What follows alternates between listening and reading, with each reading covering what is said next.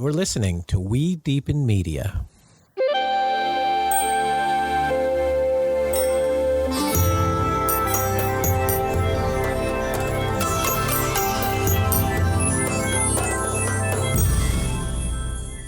Hello, and welcome to another episode of Deepen with Christina. I'm your host, Christina Weber, founder and CEO of We Deepen, Feminine Weapon, and also a certified professional coach and matchmaker. If you haven't checked out later, go to wedeepen.com and see all of the up and coming social and transformational experiences. We are continuing to add new events for you, whether you're currently single or in a relationship, or maybe you're just in a journey of self-discovery. We have something for you. Our mission is to inspire more meaningful, loving relationships. We also have a new course, Relationship Renegades. Rachel Burke-Smith and Emilio, they are newlyweds and some of the most inspiring people. They are one episode of this podcast. If you scroll back a little bit, Relationship Renegades is the title of it. I had so many listeners reply when they heard that, and they were like, ugh. I'm making like the putting the my finger on my mouth, being like, ugh.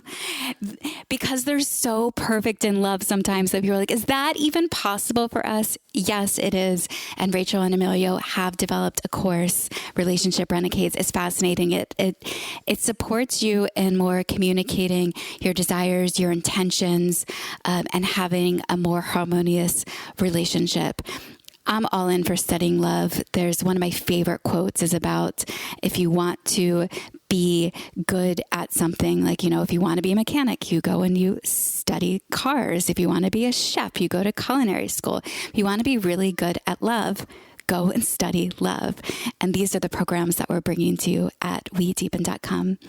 Also, if you're interested in private matchmaking or relationship coaching, see that on the website too, or feel free to send me a private message. You'll see my contact information in the description of this podcast.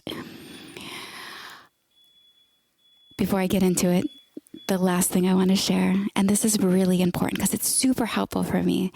If you enjoy this podcast, please do give it 5 stars. You'll see that on Spotify. If you're on the app, you can see where, scroll up to the top, rate it. If you're listening on Apple, there's a way to rate it there as well, and also leave a comment. It supports me and continue to host this and helps more people to find it. Also, if you enjoy the episodes, share them with a friend. Let's bring more people into this network. And why I do love sharing this podcast with you, what I love more is being with you in person. So definitely go check out that calendar and see these events. I have a special guest. I'm here in my apartment in Austin, Texas. I guess it's a house. I'm in a house, a 3-bedroom house that we're subleasing for 6 months. There's a vortex. Everybody's moving to Austin, Texas right now. There's some of the dopest people around.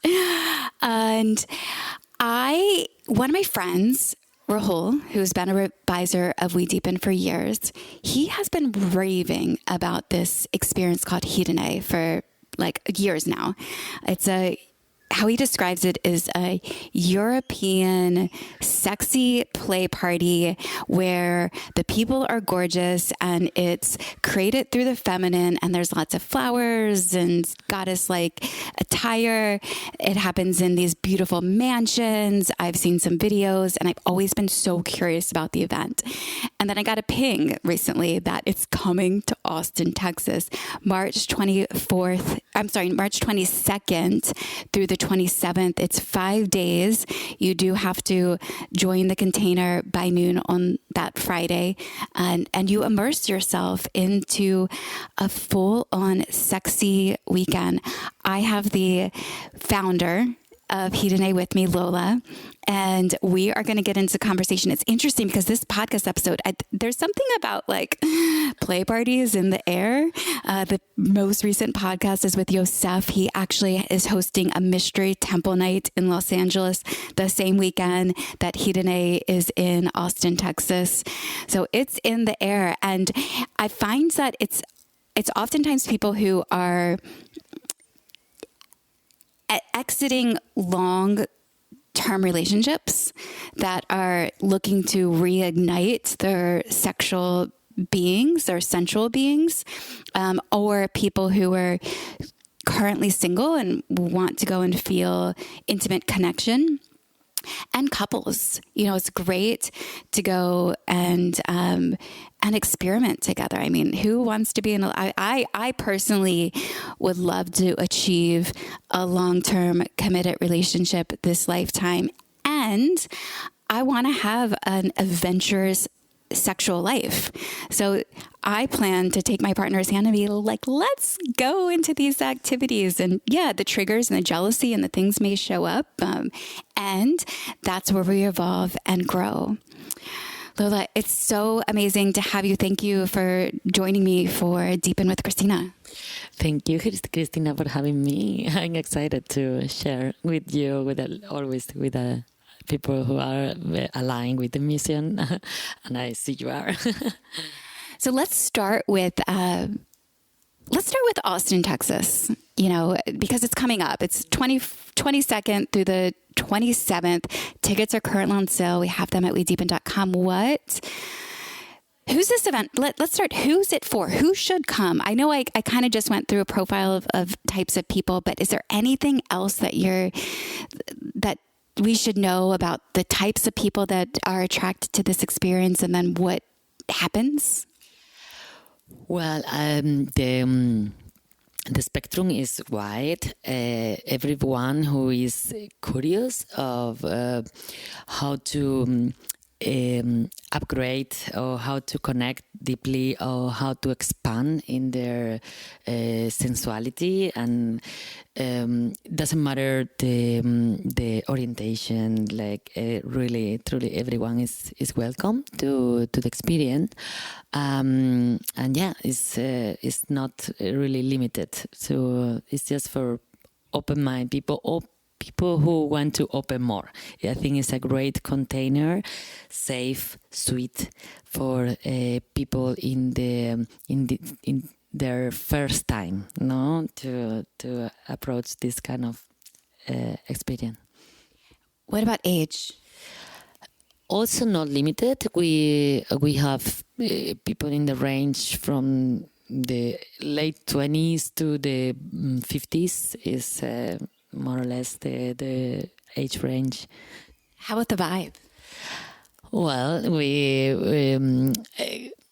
especially attract people. That are joyful and love customs. Is you are too serious, maybe you're not gonna understand. Yes, is this vibe? We can say partner vibe, but yeah, this is basically people that are kind of positive and love the art. I'm seeing radiant, interesting, open-minded, playful, fun, light. I love these. Say not too serious. I imagine there's even some humor inside of the entire experience. And what happens? Well, many things, but starting with more activities that are designed to create connections. So we start slowly to make the group connect. And then we were taking it more deep into the connection, into the activities that involve more touching or massage, going more sensual. No, like we call it first connecting, and then after come the celebration. So education, connection, celebration is the path. Sounds like there's some mystery to this experience as well. And I know you've been doing this for 9 years. And what an initiative to take on, because this is also a nonprofit. And I know you're funding a particular project that we're going to get into, Love the Flowers, which is around helping to educate and eradicate the cutting of the clitoris that's happening in mostly in Africa. So thank you for the work that you're doing. And I know that this type of work also comes with it's a lot of energy to support people in their sexuality and their sensuality, because this is a topic that our educational system in the United States of America completely neglects. I get it. You don't want to bring it into the school system because that might trigger some parents. But then I know parents, there's an episode, Ariel White of My Little Yoni and I, in one of the first 10, 20 episodes of Deep In with Christina. The show is called How to Talk to Your Children About Sex. And most parents aren't having the conversation. So these types of experiences as we grow up are beautiful places to enter into a sacred container and to be able to learn about sexuality and touch and pleasure. And so thank you for taking on this initiative. And for 9 years, and I understand these experiences have happened in Paris, Tulum, Berlin, Poland, Los Angeles, now here in Austin, Texas. How or why did you decide to take this on? Well, the very beginning is when I was 6 years old. It started. It was a little trauma that I got because I fell in love with my babysitter nephew, and my mother found out that we were playing parents, like just discovering ourselves naked. This is you, and you were 6 years old with another 6-year-old. He was like 11, but I was very mature for my age, I had to say. So it was totally fine. It was nothing close to abuse or anything. We were just kids, playing. But I born in a very small town in South Spain, very Catholic. My family very conservative. So when my mother found out, she gave me a speech that turned me into a big confusion because she created big shame in my action, and she fired the babysitter, so I felt guilty for that too. And then I couldn't see the boy anymore, so I was so very traumatized about it and sad. And also the big thing, I think, was no understanding if this was so bad what I was doing, and I felt that I was a good person. Why I couldn't stop thinking about that, because I was obviously in love and remembering, no? And then that confused me for a couple of years until I found this book from Freud, 3 essays of sexual theory, that I read also as a kid, and it heals me, like reading all these sexual perversions from the perspective of the psychoanalysis, the scientific perception, make me feel like I was more than normal. And in this moment, I felt free to be who I was, and I stopped feeling guilty or confused about being a good or bad person, for being just sexy, And then it happened, the beginning of Hedoné was when I wanted to make my first art exhibition in Berlin when I was 32. So this idea of these memories came out, and I had the strong desire to express with art that sex is good, basically. So, but that comes from this story, and then everything started coming in shape, because in the beginning it was an art exhibition. Then I wanted to add the vernissage and the finissage, because obviously I love party and I love custom and I love all that. And then it was a part of the workshop to make it even more educative. So bring some experts that I met in Berlin in the time that they could also contribute by bringing some education related, aligned with the message.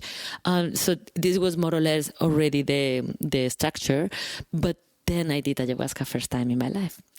And this was the catalyst of everything, because I asked for inspiration for my project. And then I was so confused because the plan just showed me. I saw myself like in the desert, and it was women and children, and they were saying thank you to me. Like I was Angelina Jolie or something, like helping these people. I cannot explain the ecstasies that I got from the fact that I was obviously helping these people, because they were saying thank you to me, and it would make me super high. So I was like, oh my God, this is what I want to do in my life. But I think my conscience was like, no, you cannot help these people. You don't have money for that. And then I was in the other side. It was a big feeling like coming to me and say like, yes, you can. Okay, I feel super strong. I can. I don't know how, but I can. And then I didn't know how. So I was for a week, more or less, I was super confused. Like, should I just, even reaching out, like how I go to Africa to be a volunteer or help with something, no? This is my mission. But then it was this morning, I remember I just woke up and looked in the mirror and I said like, wait, I can do everything that I was planning to do, but just do it as a charity. And then I can help these people indirectly by doing what I know how to do. And this is how Hedoné started. And then I started looking for what to help exactly. So I made a list. And from the list of different reasons, I've had genital mutilation because it was something that since I know that this happened, is like making me really sick. That the fact that the women's really are negate not from their pleasure in this very violent way. This resonates so much that's the one. It makes totally sense because it's aligned with the concept of the event itself. So that was the whole magic. In this moment, I made a meeting with all my artistic friends I had in Berlin in the time, and I told them, hey, I need help. This is gonna be big. I want to do this, and who is in? And really, some of them until now they're supporting and helping. So it's not me. It's really a co-creation from a lot of angels, I call it, that are donating their time and energy to make this movement happening. So much respect for that. I feel very similar to you. I think you and I have a lot of commonalities in that with Feminine Weapon, a women's initiative. It began about the same exact time. We just, January 30th was the 10th annual Feminine Weapon Day. And through that experience, we've been raising funds for children of abuse, extreme poverty, and human trafficking. And it was more of coming to me as in like we're integrating or promoting all these social and transformational experiences that help people have more meaningful, loving relationships. Because this is something they didn't teach us in the school system, and most people grew up witnessing broken relationships. And so if we're going to create this environment to get all the grown-ups to more better connect, we got to bring it to the kids too. And I can see that's beautiful of doing it around sexuality with children and having that story as a 6-year-old that had to be so confusing to feel a sense of love so young and then be shamed and it to be rejected. And I love how you shared how you noticed, it's so weird how my little brain won't stop thinking about this little boy and this situation and the love, and now he's just gone. So you're like heartbroken at 6 years old. And wow, to discovered Sigmund Freud and his work sounds like probably as a teenager. Sorry? You discovered, you said you discovered Sigmund Freud's work? Freud, yeah. I was like 9. I remember I couldn't understand most of the words, so I was so interested in the topic that I got the dictionary to find the meaning of the words, to get to understand what he was saying, but I was super interested in that. How intelligent for a 9-year-old to go on this journey and to create in this way. And I appreciate it's interesting of having a party. Hedoné is it's a party underneath of it. It's a transformational experience, birth through the feminine. And when we think about feminine leaders, there's been a big call out to women are the ones who are going to save the world. I think the Dalai Lama even said that the Western woman will save the world. And this is, I believe, what they're talking about. It's these initiatives that are essentially birthed through the feminine. You can even see that radiated in all of the pictures of Hedoné. And underneath of it, that the proceeds are benefiting this organization. Wow. Wow. So through the years as you've been hosting this, what type of connections are made and what type of transformations have you seen people experience or go through? And I imagine too that sometimes people walk in the door and are very uncomfortable, or is everyone just sexually liberated already? Well, most of the people have amazing feedback. Like I'm full. I cannot even choose one in the moment, but I like the ones, for example, some men saying, I love Hedoné because it's the place where I can really enjoy freely my feminine side. So because nobody's gonna judge a man and think he's gay because he's wearing a skirt, for example. It's just fun and it's totally accepted.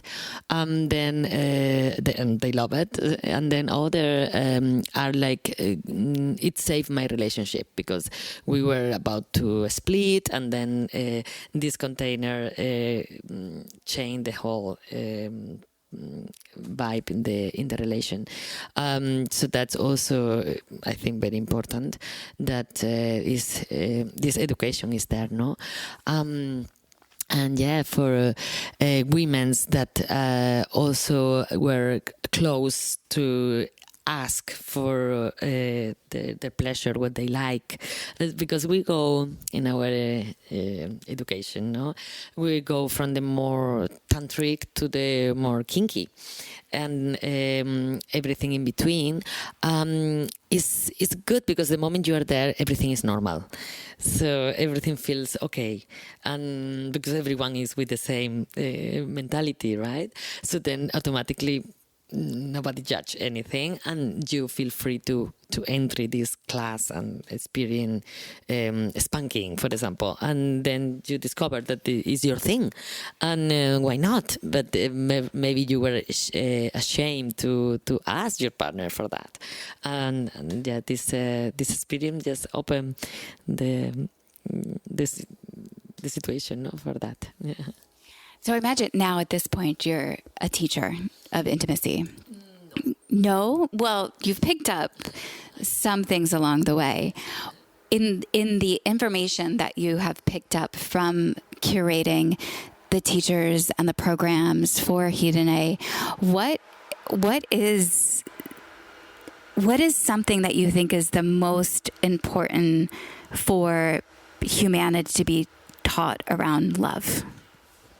Well, I think the most important part is the first step is discovering yourself.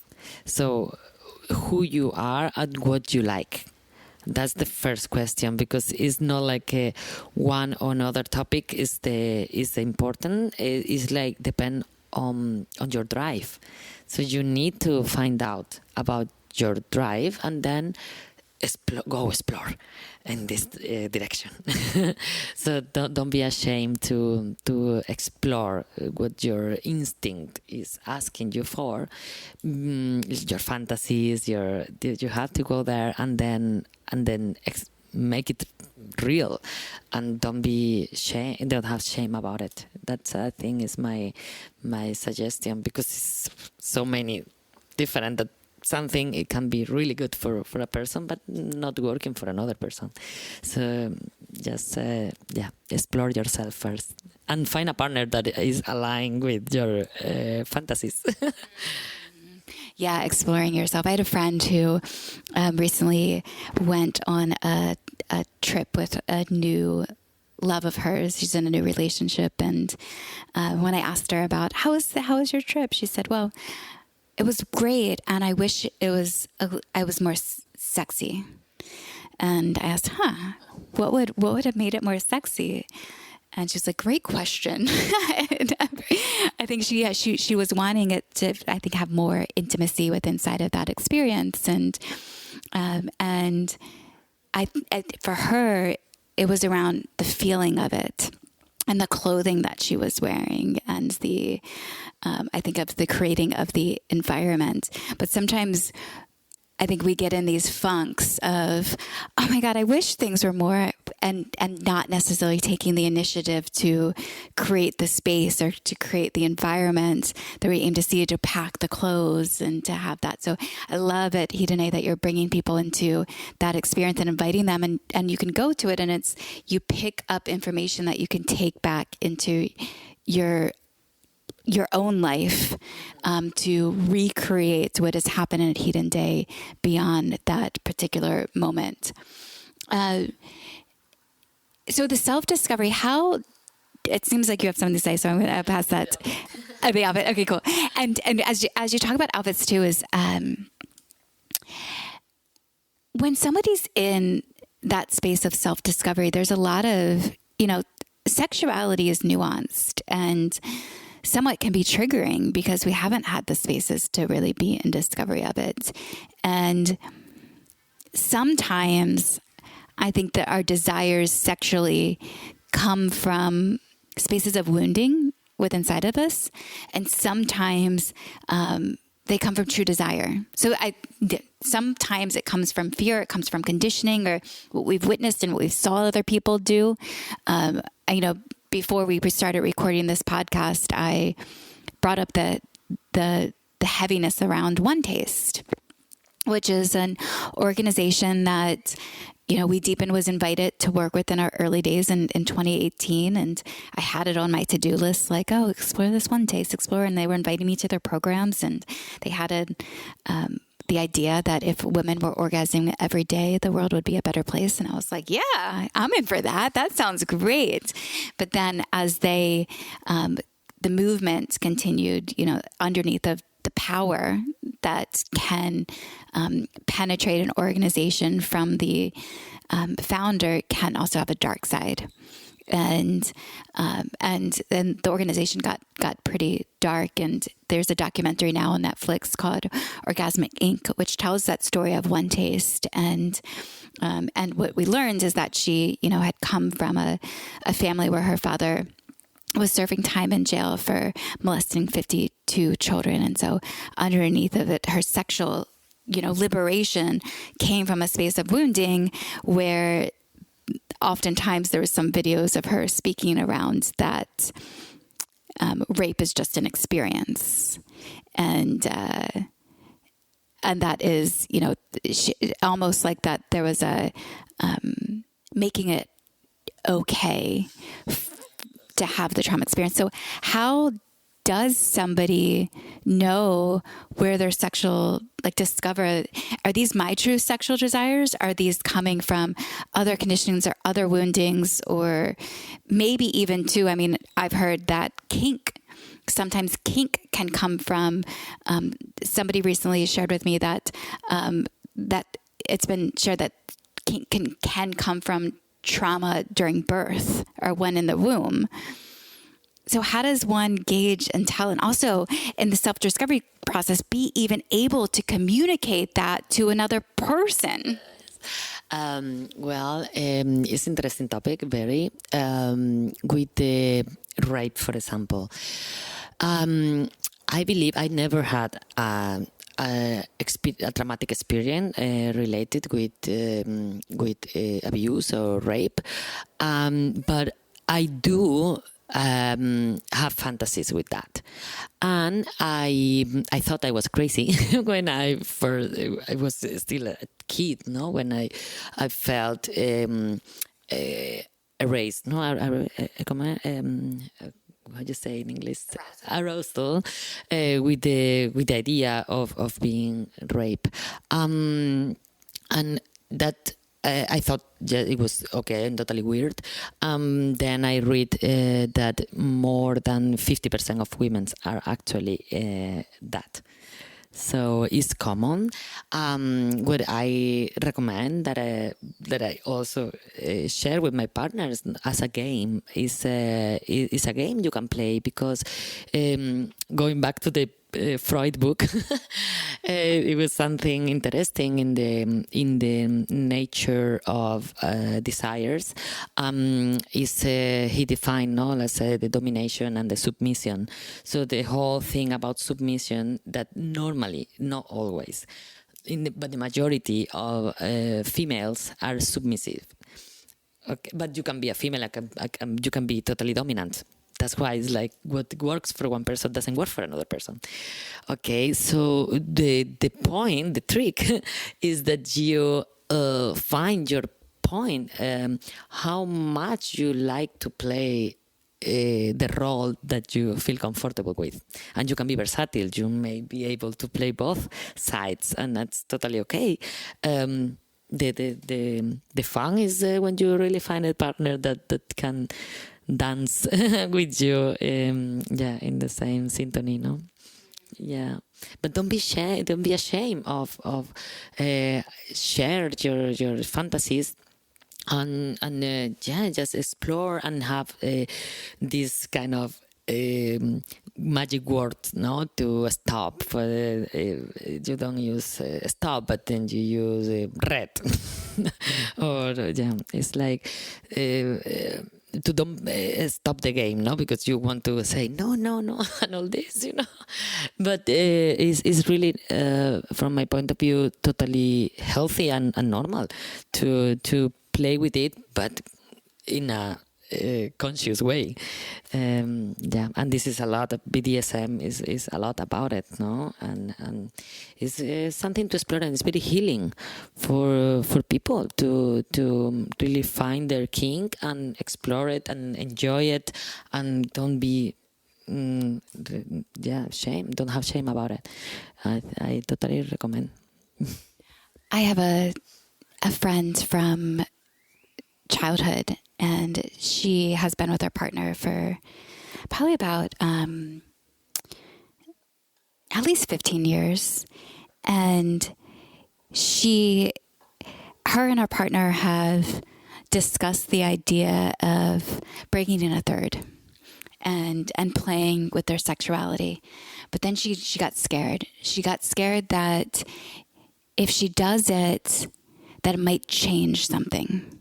And everything is good, and she's got scared of the change. She's like, I don't want to ruin something that's good. Like, I don't want to ruin it.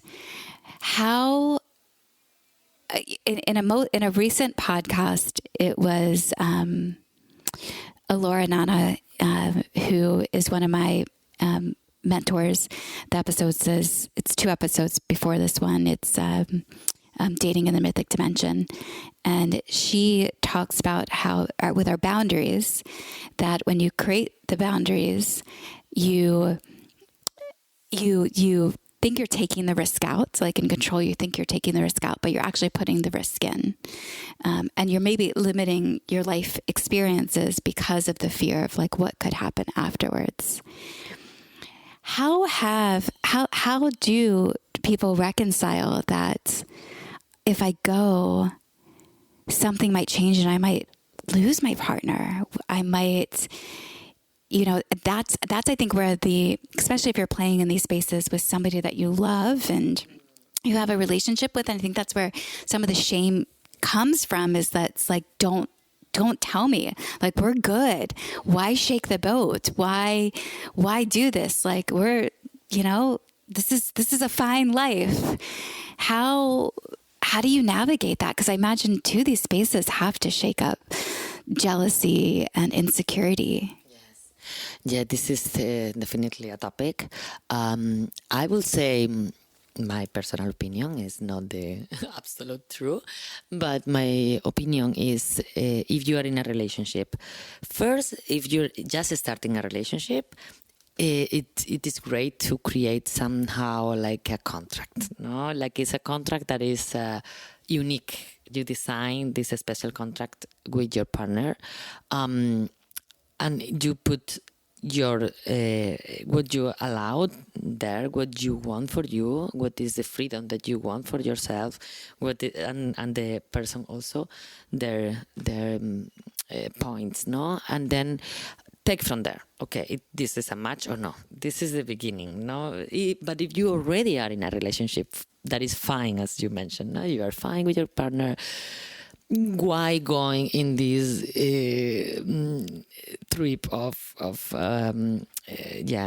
openness, or all this can be a kind of gray, no, area?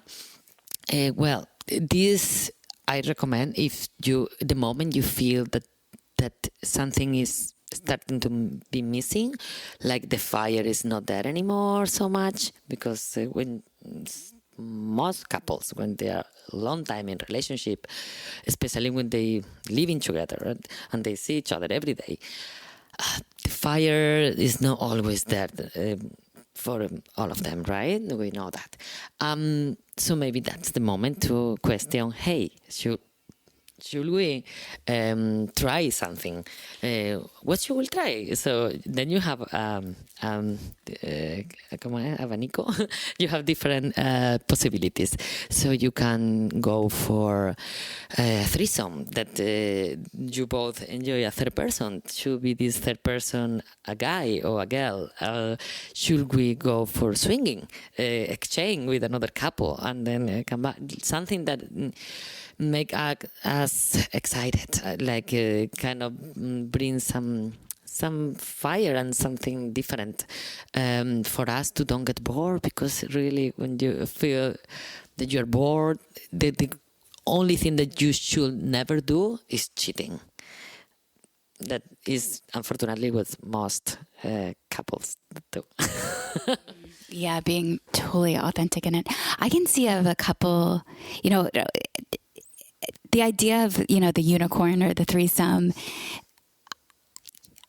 One thing that I think is hard for couples in that sense is like, that's typically somebody that lives in their hometown and they have to go to a bar and potentially engage and flirt with that person and bring them back. And that person's going to then know where they live. They're going to know. It's like they're inviting somebody into their own space and into their own world. What I like about Hedoné is that you're going somewhere. You're like going to, it's not an amusement park, but you're going to to have this adventure at this particular destination that you will arrive and then you will leave. And you and your significant other can make all types of agreements and use that as an opportunity to actually create more closeness. Esther Perel talks about the secret desire to long-term relationships. She says there's 3 major keys. It's that, number 1, when you see your partner do something that you didn't know that they had the ability to do. Partner goes on stage, or they win an award or a race or something. You're like, wow, I didn't know they had that in them. 2 is when you and your partner complete something together. You achieve something together. Maybe you buy a house and you decorate the house. You build a balcony, or you build something together. And number 3 is that when also you have the ability to miss your partner. And you have that space to miss them and long for them and then come back together. So you never want to be too far and too close to your partner and too far away. And what having these experiences does, it gives new eyes. It almost achieves all 3 of those secret desires to long-term relationship in some way. Because number 1, it's when your partner sees your willingness to provide a sense of freedom and to do something that they've never done before. You're like, wow. It's like, I can see some men or some women in that connection be like, is that you? Are you sure? And usually that invitation, because Hedoné is birthed from the feminine, how great it is for being a woman and taking that to your significant other and inviting him into that space, and more from a the space of like, I want to share something with you. And not about, I want to go there and meet some other guys, but it's like, I want to take you to this universe and I'm nervous about it. But I also see that we only live once, and who will we be like after this? Like, use it as a container for us. And you can create all types of guidelines around for your connection of how you'll operate in it. You know, maybe you hold hands during the process. Maybe you do everything together. You always will play together. You're each other's partners in activities until you decide otherwise. Maybe even to you, if you want to go into that experience and instead of being submissive, you say, I want to be dominant. So I'm going to Hedoné and I own you in this experience. You can create that rule and say, hey, I own you. You're mine. You're always my partner. And you are not to be anybody else's partner unless I tell you to be. Go for it. Go for it. And also you can say you're not allowed to take out your phone the entire time or exchange numbers with anybody in this space unless I tell you. Like, almost you can be fun and flirty in that invitation that you're making to your significant other. Oh my God, I think I think that would be so much fun to do. And how surprising. I can imagine a man looking at me like, who is this woman that I'm with? And that would be a delight because he gets to look at you through new eyes. And then also that number 2 of like sense of doing, like that sense of accomplishment of like, oh my God, we went through this emotional experience and we learned more about ourselves because it is that sense of like self-development. Who am I in that type of situation? And it's so beautiful when you actually do have a part. I mean, that's the one reason that I really like, I crave of being in a deep, like authentic union, trusted ally partnership is so I have somebody that I get to take their hand and we get to go and have these experiences together and deepen and deepen and deepen our love. And then that one of, that I guess it's not necessarily that you're going and doing something together, so you're not going to miss that person, but there's almost, you're essentially creating this sense of longing for each other. And you have something to also prepare for and get ready for. I mean, I imagine that experience of like your outfits, your training, you're like, I'm going to make sure I hit the gym before I head there. Like feeling good about yourself and getting ready, and also being in the feminine vibe, because when you get into that space and you befriend the other women, like everybody wants each other to look, you can see that I'm imagining this in the pictures I'm seeing, but like the women curling each other's hair and getting ready. And it's like you're creating your own dating show in some sense, a relationship show in some sense, but you're having the experience and there's no cameras there. Yeah, exactly. It's a lot around the aesthetics, because there is one important point that is actually my area, is to create this psychomagical experience. Psychomagic is it's invented by Jodorowsky and is using art to heal blockages, traumas. And in this case of Hedoné, we use these colors that are transmitting positiveness. It's light, it's white, it's gold, it's cream, and then these flowers, this like kind of naive looking everything. The decoration, everything, nothing is dark, everything is light, and everything is sweet. And this really shift the energy and transform, what can be something shocking becomes something sweet, romantic, or even funny. So that's the magic, right? And I know before you wanted to say something more even too about the attire of the experience.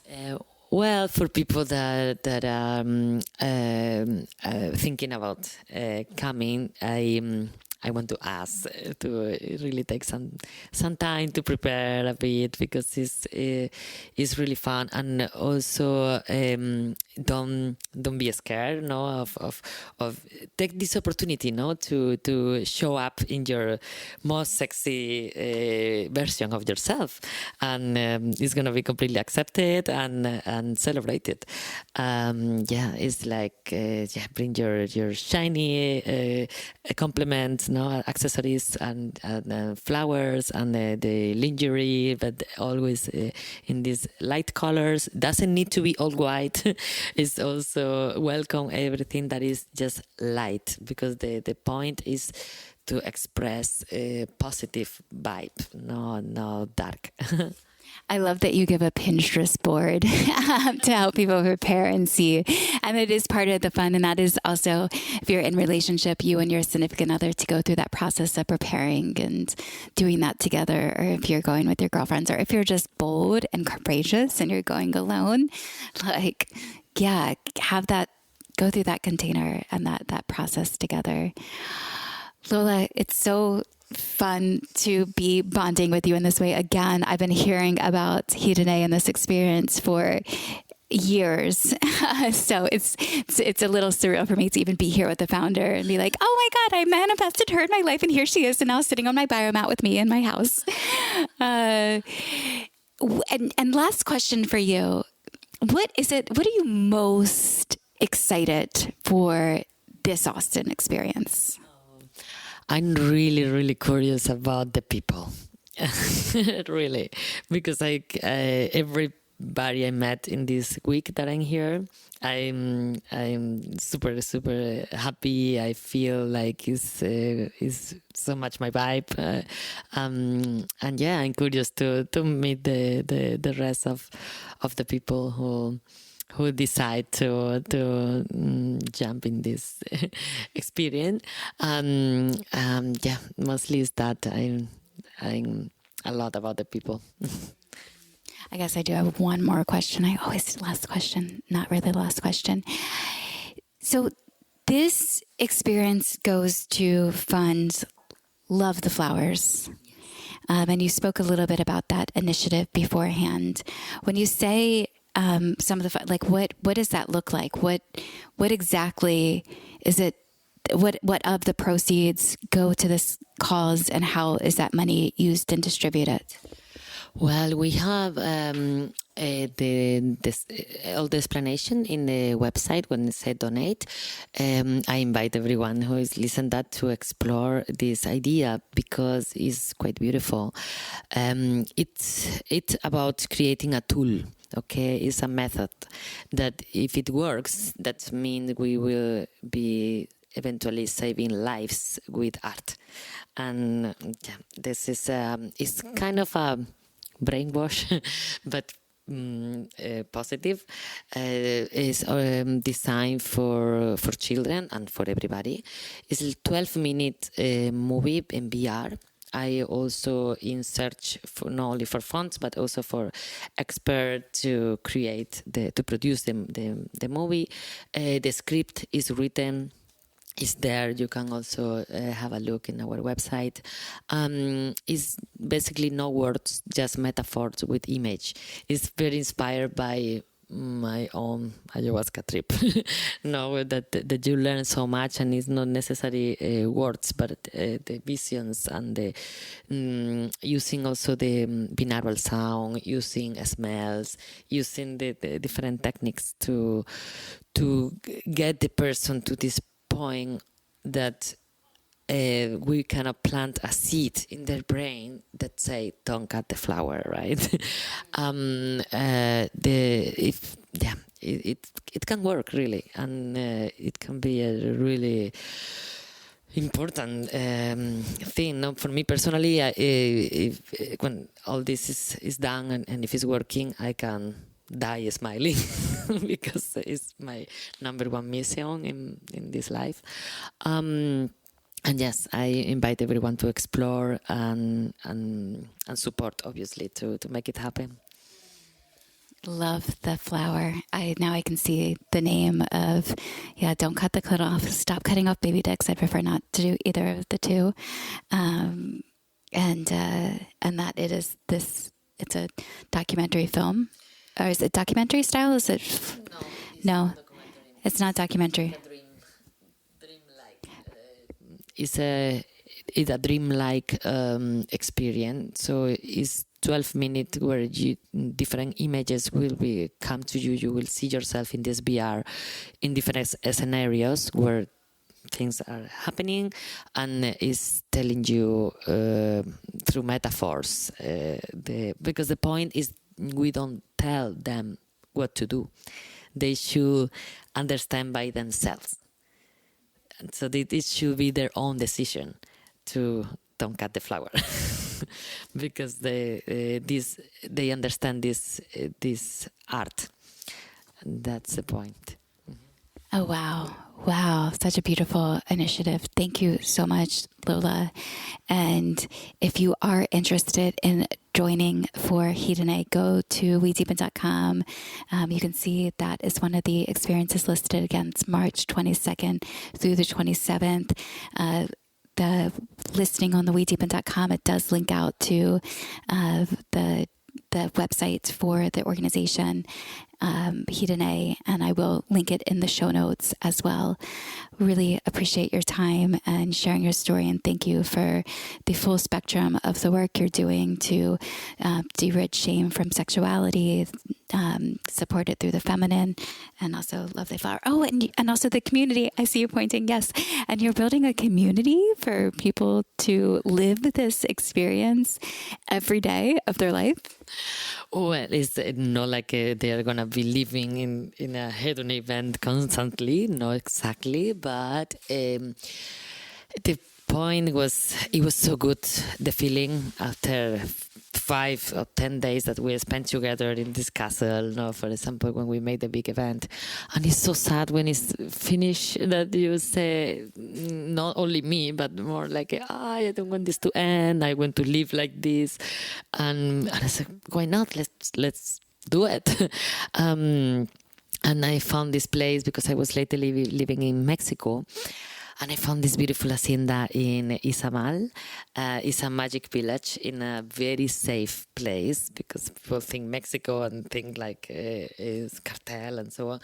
Not in Yucatan. It's completely safe. Actually, if you Google it, Mérida was the safest city in whole America continent for really, really calm. And it's this cute, beautiful village that is all yellow, and they have these horse cars around the town with flowers that look like Hedoné already. So when I first time went to the village, I like, what? It's already ready for us, no? And because this is an important point, we are ethical hedonists, right? So what it means to be an ethical hedonist? What means that you're not only about bringing pleasure to your life, you're also about pleasuring others, and don't harm anything or anyone, right, in your way. So that's involve the care for our planet, for example.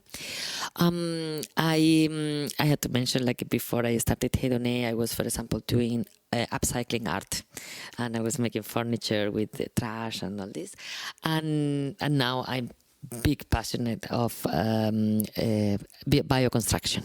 So the concept of Hedonia is to make a huge bioconstruction museum. So that means if you have your house in Hedonia, you just buy your land and make your house that had to be an art piece. So it's a curation that had to be sustainable. So all the material in the end should be represented in the different houses. So architects can come and learn about bioconstruction in our place. And also visitors that love art, walking along our streets to see each house as a different art piece. So yeah, that's the idea, to create this big permanent fairy tale. And how do people get involved with that project? Go to the website. It's called hedonia.world. So we have Hedoné.world, that is the movement and the community and the parties and all that. And then we have Hedonia.world, that is the place. Amazing. And I'll include those both in the show notes. Thank you so much for joining me for this conversation. And if you are wanting something unique, different, and never before experienced experience, come join us here in Austin, Texas for Hedoné, March 22nd through the 27th. It's an immersive, multi-day, mysterious, feminine, beautiful, erotic, fantasy-driven experience. Love to have you out there. Again, you go to wedeepen.com, check it out. Lola is going to be in town here in Austin, Texas for the next few weeks, and I imagine she'll be back again as she's building. And thank you for playing on this team with me of love, because this is the foundation underneath of all of this, is how to create ripple effects. And we all want more sex, right? We all come from sex, so it's perfect. Like, let's actually really fully mix sex and love.